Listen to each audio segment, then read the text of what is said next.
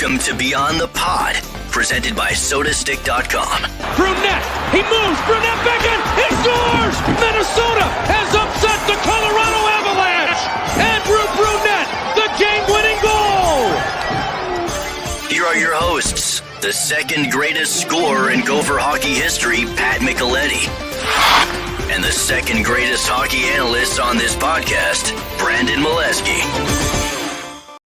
Welcome to another episode of Beyond the Pod. I am Brandon Mileski from The Fan. No Pat Micheletti today because he is currently out trying to recover from COVID. So hopefully everything's going all right with Mr. Micheletti. So in his place, his co-host on Beyond the Pond, also from the Minnesota Wild Radio Network, it's Kevin Falness. Hi, Kevin.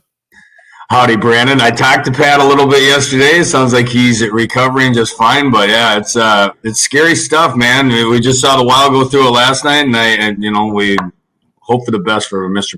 Pat Micheletti, of course. Yeah, obviously he's vaccinated, but immunocompromised, having the kidney surgery, so all that. You always get worried about that side of things, that they're a little bit more vulnerable than most. But I know he's got the right people on it, so. He seems to be in relatively good spirits and doing all right. He just said it's basically like a roller coaster. Yeah. You think you're good, and then you're bad, and then you get good, and then you're bad. But yeah, as you mentioned, the Wild last night now also dealing with COVID stuff. I believe the entire team was vaccinated, but there's certain rules that if you test positive, you got to miss games. And they played at Seattle last night. You and I were both up late. You were a part of the Wild Radio Network, and it clearly was. Not making any excuses for their performance because it still wasn't good enough, but it's hard not to look at the two defensemen on the blue line and then Matt Zuccarello, who's arguably been their best forward so far this season, not playing, and you could tell the effect it had on the team.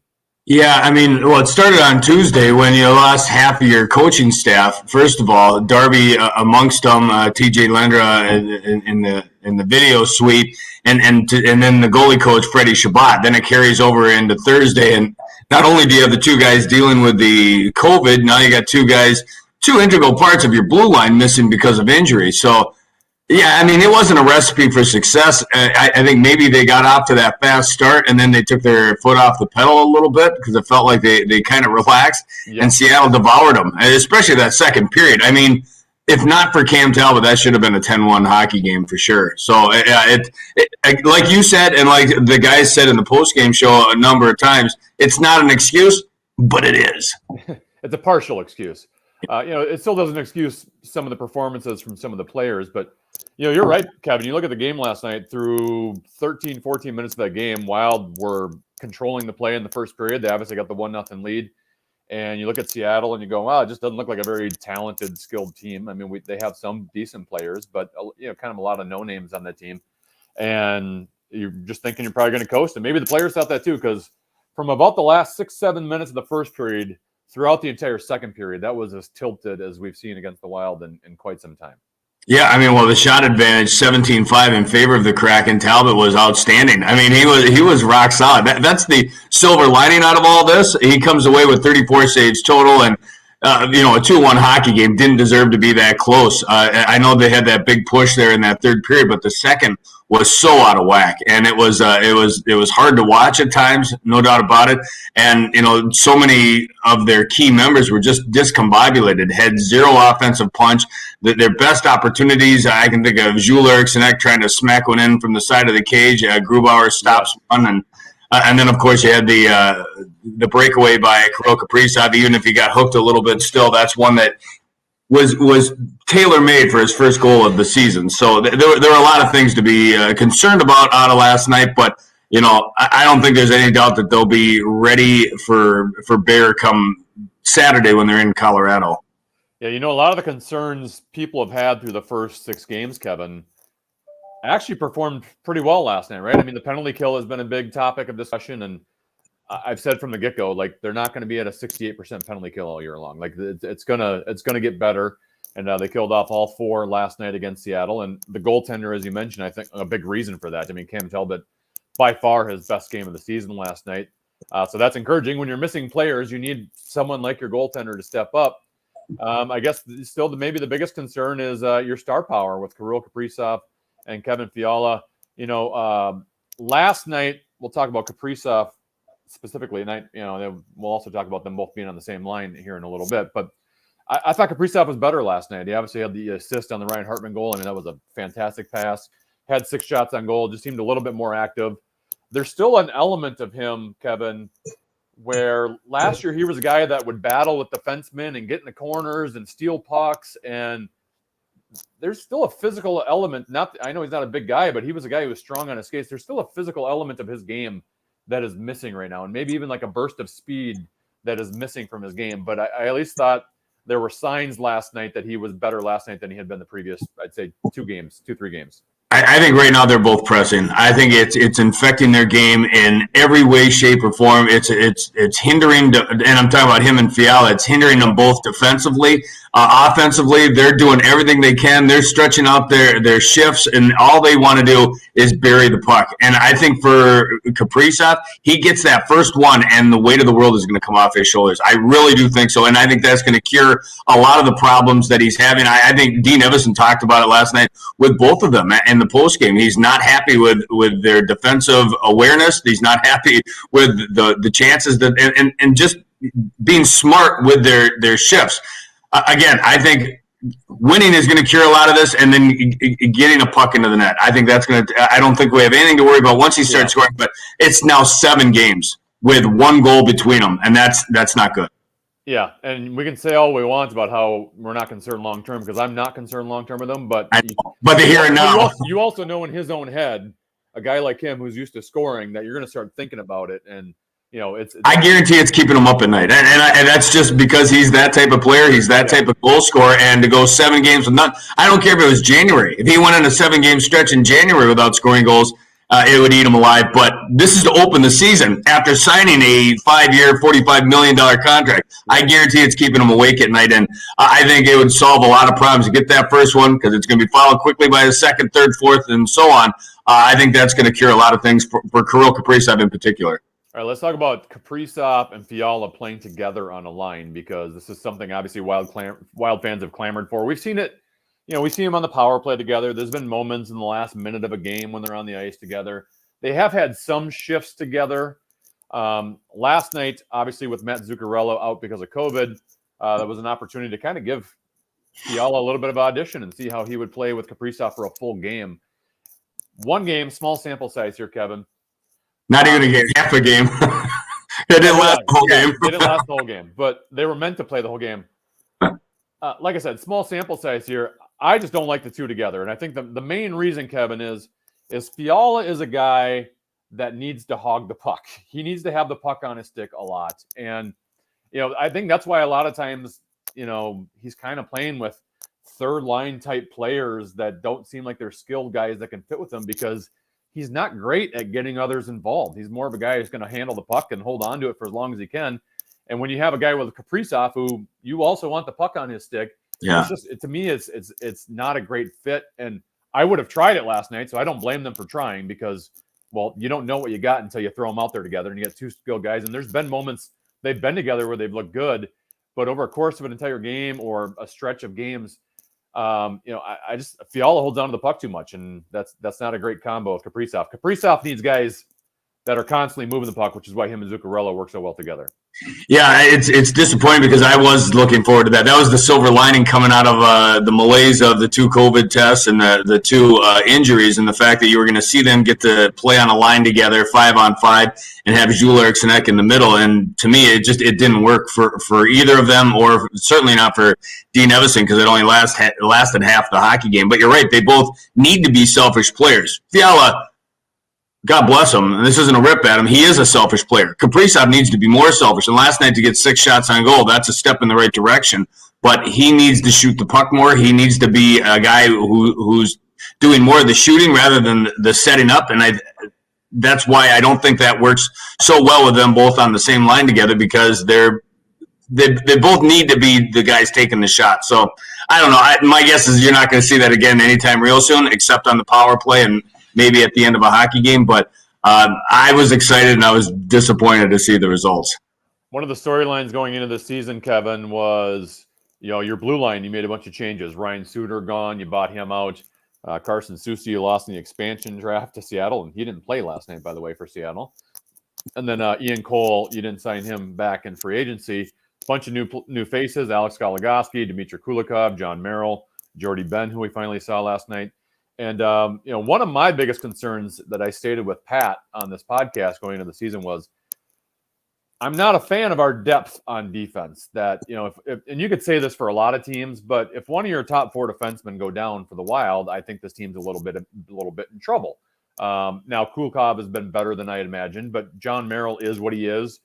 Jordy Ben, I was not impressed with in the preseason, and that, in my opinion, didn't really change on him last night. Unfortunately, he got put into a spot where not only is he playing, but he has to go play side by side with Jared Spurgeon and getting more of those minutes. So that's still a concern of mine, and last night didn't change that. I mean, when Goligoski was out of lineup, and at some point you're going to get injuries in your top 4. Maybe Kalen Addison at some point is a guy who can fill that spot, and we might see him Saturday night after seeing our blue line the other night, last night. But that's still a concern for me moving forward is, from a forward standpoint, even though we didn't have our top prospects filling in for replacements last night, throughout the season, I know, hey, if a forward gets hurt, we can call up a Marco Rossi. We can call up an Adam Beckman. When Matt Boldy is healthy, we can call up Matt. Like, you've got what you believe are going to be good reinforcements at the forward position. At defense, after Addison, and even he's not really a great defensive defenseman. He's more of an offensive defenseman. You're kind of hurting if you get anyone in your top 4 out. Well, and we can talk about the replacements, but you haven't been impressed with Kulikov? Because I have been. No. I said I've liked Kulikov. He's the one guy before the season I was a little unsure of. I've liked the way he's played. Obviously, he missed last night's game as well. Yeah. No, I've been impressed with Kulikov. That third pair, I don't have a problem with Merrill. He's not flashy, but he's your 6th defenseman, and for all intents and purposes, him and Ben were just supposed to flip flop. And I thought he's played so well the first 6 games. That's why he's warranted a stable spot in the lineup. And then they finally get Ben in because Kulikov goes out. And then for Ben to have to play big minutes because of the fact that Goligoski's out. I mean, God bless Jordy Ben, but he's not Alex Goligoski. He's not Ryan Suter. And, he was thrust into a very big role, and the lights might have been a little bit bright for him considering where he is in this stage of his career. But, yeah, I mean, you're right. Outside of Kalen Addison, there's not a lot of blue-chip prospects down there in Iowa waiting for their turn.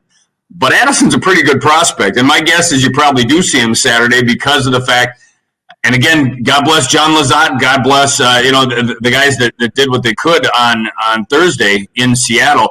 But Kalen Addison is a pretty good prospect. I think you throw him in there, and who knows? We don't know the status of Goligoski dealing with an upper body injury, Kulikov dealing with a lower body injury. Maybe this all answers itself. But I've been okay with the blue line for the most part this season when they're all healthy. Yeah, I'm good. I'm good with it when it's healthy. I'm just concerned when there's injuries, and obviously we had 2 injuries, which makes it even 2 significant injuries. Yeah, I mean, and unfortunately, it's shown through pretty bad last night how badly they were missed. Now, Goligoski was at the morning skate, so maybe there's signs that maybe that's not super severe or super dangerous. I don't know. Hopefully, I'm not Russo. I don't have inside information on Goligoski's injury.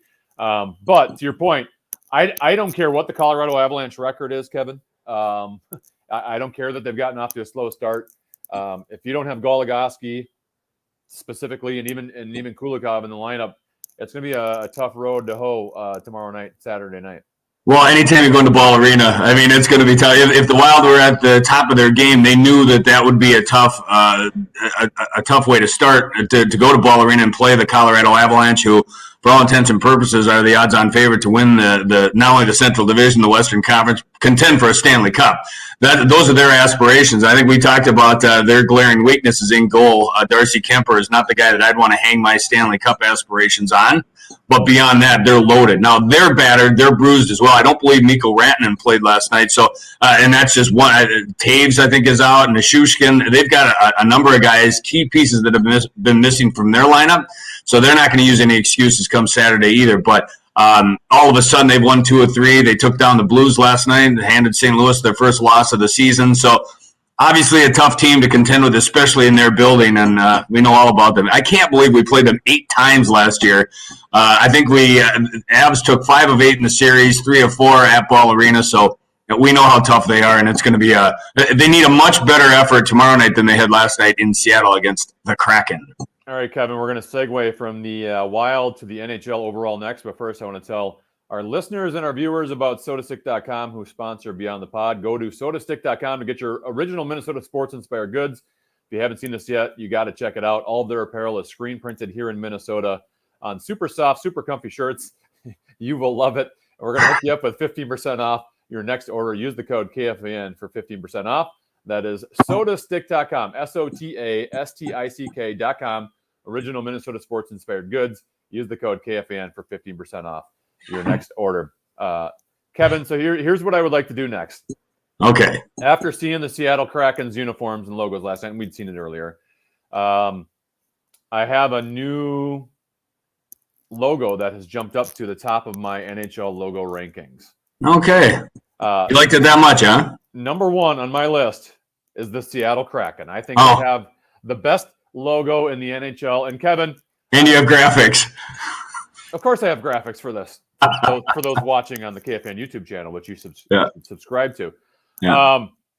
I have a feeling you're going to disagree with a lot of me on this. I think you're probably a little bit more old school than I am. And typically, Kevin, when new teams come along in sports, I typically don't like their logos. I don't like their team names.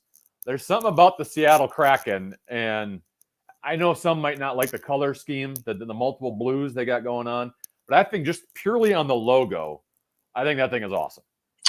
I think the way the two newest franchises have burst onto the scene in the National Hockey League, they've done it right. The Golden Knights, I think, put on an unbelievable show in Vegas, and I was really impressed with some of the bells and whistles that go along with the Seattle Kraken. I think it's a cool jersey. I think it's a cool logo. And I wasn't there. I was in Minnesota, but feeling it through the broadcast and living through both Joe O'Donnell and Tom Reed, the bells and whistles that they put into that arena and the game day experience and just the way they're, grabbing the fans and taking that imagination and running with it. You can see a lot of the trademarks that Todd Leiweke had here in Minnesota in the beginning, he's brought there to Seattle. And I can't say enough about how great I think of a job they've done in the early going here with the Seattle Kraken. It's pretty cool. How about the triangular scoreboards they got going on, the dual scoreboards? That's kind of a cool idea. It's cool. We had Todd Leiweke on in the intermission last night. He was talking about some of the things, and actually they were on the news yesterday how they built that arena, and that was the first time I had seen that they kept the same roof from the previous build. Can you imagine the St. Paul Civic Center with the same roof, and then you just build underneath it? It's such a weird thing that they were able to accomplish. But yeah, I mean, that's one thing. The scoreboards on the side rather than the big hanging thing over center ice. They've got like a horticulturist on staff as they do some of that. They've got rainwater, of course, in the into the ice, and they water the plants. I mean, they've thought of some cool. Not only that, this was, I thought, pretty cool too. Really stupid, actually, probably gimmicky. But every time they score a goal, they've got a little red light on top of the building that goes off. So if you're anywhere in Seattle, you know that they scored a goal. That's a good probably idea. Gimmicky, but it's just those little touches I think are cool. I love that. My number 2 favorite logo in the National Hockey League, the St. Louis Blues. Just the musical note. How cool is that? No, I don't agree with that one. I do like the old school stuff, and that's sort of old school, but you can't beat the original 6. I mean, you're putting Seattle and St. Louis ahead of Montreal, Boston, even the Rangers, Detroit. You can't do that. And so as much as I like St. Louis. Wait, you're going to get annoyed. Oh, no. Okay. Fire away. Number 3, I love the new Winnipeg Jets logo. It's with the maple leaf behind the jet and kind of I'm more of a circular guy, Kevin.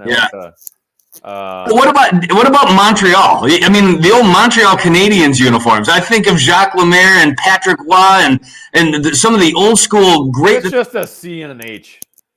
Rocket Richard wore the C and the H. I'm not talking about who wore it. I'm not talking about the tradition of the franchise. That doesn't matter. I'm talking about just purely the logo. Listen to me. You can't put Seattle, St. Louis, and Winnipeg ahead of any of those original 6 franchises. That is classic National Hockey League uniforms. You can't do that. I knew you would. This is blasphemous. I knew you would go the old school. Winnipeg. Buffalo Sabres at number 4. Oh my God. The buffalo with the swords. I love the colors. No. You're getting me going, right? I mean, this is you trying to show me that you're trying to make a mockery of this. Buffalo. I think of Vanek and what he used to wear there. Or Eric Rasmussen, that stupid Yeah, those were ugly. Thing snorting snot. No, that's. No, yeah, those are ugly, but the one they have now is sweet. So that's your top. You're stopping at 4? No, I got one more. Number 5, the New Jersey Devils. Oh my God. You have to be kidding me. I'm a little biased here because I became a huge Devils fan when the North Stars left. But the N and the J and the Devil, whatever you call that little thing. Yeah. This is the worst top 5 list I've ever seen on any planet. I mean, this is awful. That is the worst top 5 ever. And I like the Kraken. I like all of these, but you can't put them ahead of the original 6. Even the Wild. How do you not mention the Wild in all 5 of these? The Wild do not have one of the top 5 logos. Yeah, they do. No. Yeah, they do. I didn't like the old red jersey. I'll give you that. But their logo? The Wild's logo is basically a ripoff of there was a stretch in the 2000s where in the 90s where the Predators and the Panthers, they all had the same looking cat thing. No, it's fine. It's fine. The New Jersey Devils? You put the Devils ahead of the Devils. Come on. Logo than the Wild. All right, are you ready? Are you ready for my 5 worst NHL logos? Oh, here we go. Yeah, please put Montreal or Boston in there. All right, go ahead. We're gonna start at number 5. We'll go from 5 to 1. Okay. The Carolina Hurricanes. I get it. It looks like a hurricane, but it's just ugly looking. Yeah, but they've done a lot of cool things around that, so I kind of like that. I like that franchise. First of all, I like some of the things that they're doing with that team. Celebration after games are over. That's what I like. That's fine, but yeah, and I think it's cool. Hurricanes. All right, go ahead. Number 4.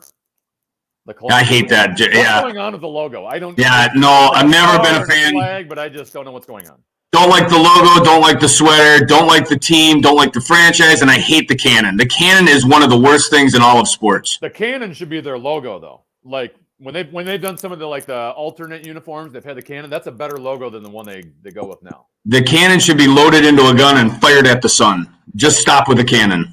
My number 3 worst logo in the National Hockey League, the Vancouver Canucks. Yeah. C with this little fishy thing on top. Yeah. Of it. They need to go back to the early 90s and go back to that whole. Remember that one with the big V going across their chest, yeah. Tony Fifty and Stan Schmiel and some of those old school names? Paolo Bure? Yeah, that was all right. Now, here's one I know you'll agree with me on. Number 2, worst logo in the NHL. The Dallas Stars. The new logo, when they changed over to just the star with the D on it, awful. Yeah.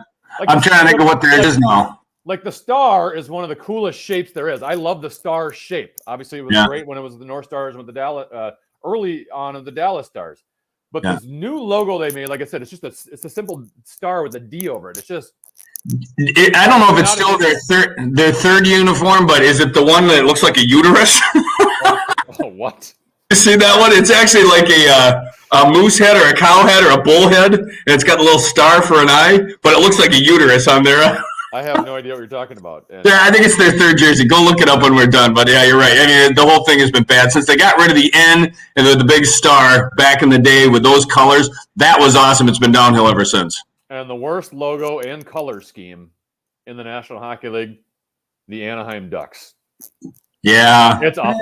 It's like a D that's kind of looked like a web foot, but like the duck is a cool animal. Like it's like it's smeared. The duck, when came out of the Mighty Ducks movie, was cool. Or even when they first started in Anaheim with the goalie mask duck-looking thing, like that was cool. And they completely ruined it all, and they made the colors worse. Yeah, the old Disney feel to it, with, like you said, the duck, Pele Lindbergh type of mask with the hockey sticks going on it, and you can see Timo Solani and Paul Correa out there doing their thing. But yeah, I'm kind of indifferent. I don't hate it. But it's not my favorite for sure. All right, I've kind of put you on the spot because you didn't plan ahead of time. But your favorite logo or your top 5 logos? Minnesota Wild is definitely up there, number 1. But I'm going to tell you, I'll take the Wild out of the mix because it's a biased opinion. I actually do like the Wild logo. I think they did a great job, and I like the how you look at it and you can see 2 or 3 or 4 different things. Nobody sees the same thing when they stare at that logo. So I think it's cool. I'll take that out of the list. I don't know that I can give you a top 5 off the top of my head, but I think you can't go wrong with any of the original 6 franchises. I mean, Chicago's got one of the coolest jerseys in all of sports. So too does Detroit. I don't know how you go wrong. You know what used to be my favorite, and I don't know why, just going back in the day, the Quebec Nordique. To me, that was one of the coolest. We could go back in the. Well, I didn't know about this game to begin with, so I'll make my rules as we go. Whalers would be number one for me. Oh yeah, that's a cool one too. That's I mean, and then of course the North Stars. But to me, that's what I grew up on watching the Quebec Nordique before they moved to Colorado, when they had Joe Sakic and Adam Foote and Jocelyn Thibault, Stéphane Fissé, Michel Goulet, the Stastny brothers. Those are the names that come to mind when I think of that cool Nordique, which was really not a cool Nordique logo, but I love that old school stuff, and so it's hard for me to go against like a Boston, just the simple spoke B. I love that as opposed to anything that you mentioned in your top five. Your top five was dreadful. I knew you wouldn't like it. A couple other NHL notes before we go. Obviously, the Chicago Blackhawks situation is an absolute disaster. And I'm not even just talking about on the ice, because on the ice, they're a disaster right now, too. Yeah. But off the ice, and I don't want to get too into it, Kevin, because whenever sexual assault stuff comes up now in pro sports, or just even in politics of people in power, I've just gotten to the point where I'm so turned off by humanity that I don't even read the stories, because I just don't even I don't even want to see it. But the one talker that I would like to talk about coming out of it is someone that I've played hockey against is now a National Hockey League coach. Andrew Burnett is the interim coach for the Florida Panthers, because they let Joel Quenneville go last night. Yeah, I mean, what a situation. I mean, Stan Bowman gone 3 days ago, Joel Quenneville last night, and now I'm sure we haven't heard the end of this thing. It's going to go on and on and on. But the one little nugget out of there that I agree I enjoy is the fact that Andrew Burnett is now a head coach in the National Hockey League. You could not ask for a better human to be behind a bench. And, whether he has head coaching aspirations or not, I know that he tried to wear a number of different hats in Minnesota before they parted ways under the Fenton era. But what a stand-up individual. Just an amazing guy. And all apologies to Wes Walz, Darby Hendrickson, and the rest of them. He's in my top five all-time Wild players. You want to go down that route, huh? Top five Wild players? Not as far as on the ice, because he was a good player, but I'm just talking all around good guys. Wes Walz hates that when I put former Wild players in my top five, because he says it always changes. And it does. It depends on who I'm talking about. It depends on who you're talking about. Wes Walz is one of my top five. Yeah, well, he's in my top five, too. I just won't tell you if he's one or five. You're in one of my top five studio hosts for the NHL radio network team somewhere in the country. No, I thought you were going to say all-time Minnesota Wild. I'm definitely top five there, right? You're top five there as well. Kevin, really appreciate you filling in for Pat today. My pleasure. I was happy to do it. Don't forget, we're on the air 7:45 tomorrow. An early start compared to what we had the rest of the week, but Wild and Avalanche tomorrow night on FM 100.3 The Fan. Or Saturday night if you're listening to this podcast on a Saturday, or the game is over if you're listening on a Sunday. But we appreciate whenever you are listening or watching. Kevin, I will be not listening to you. I'll be watching on television. But if I was, I would be enjoying what you would be bringing to the airwaves. Tell Tom Reed you said that. He's going to stuff his thumb in your poutine next time you're at Tom Reed Hockey City Pub. All right. Thanks, Kevin. All right. He's Kevin Falness filling in for Pat Micheletti. I'm Brandon Mileski. This has been another episode of Beyond the Pod, brought to you by SodaStick.com. Use the code KFAN for 15% off. We'll talk to you next week right here on Beyond the Pod. Bye.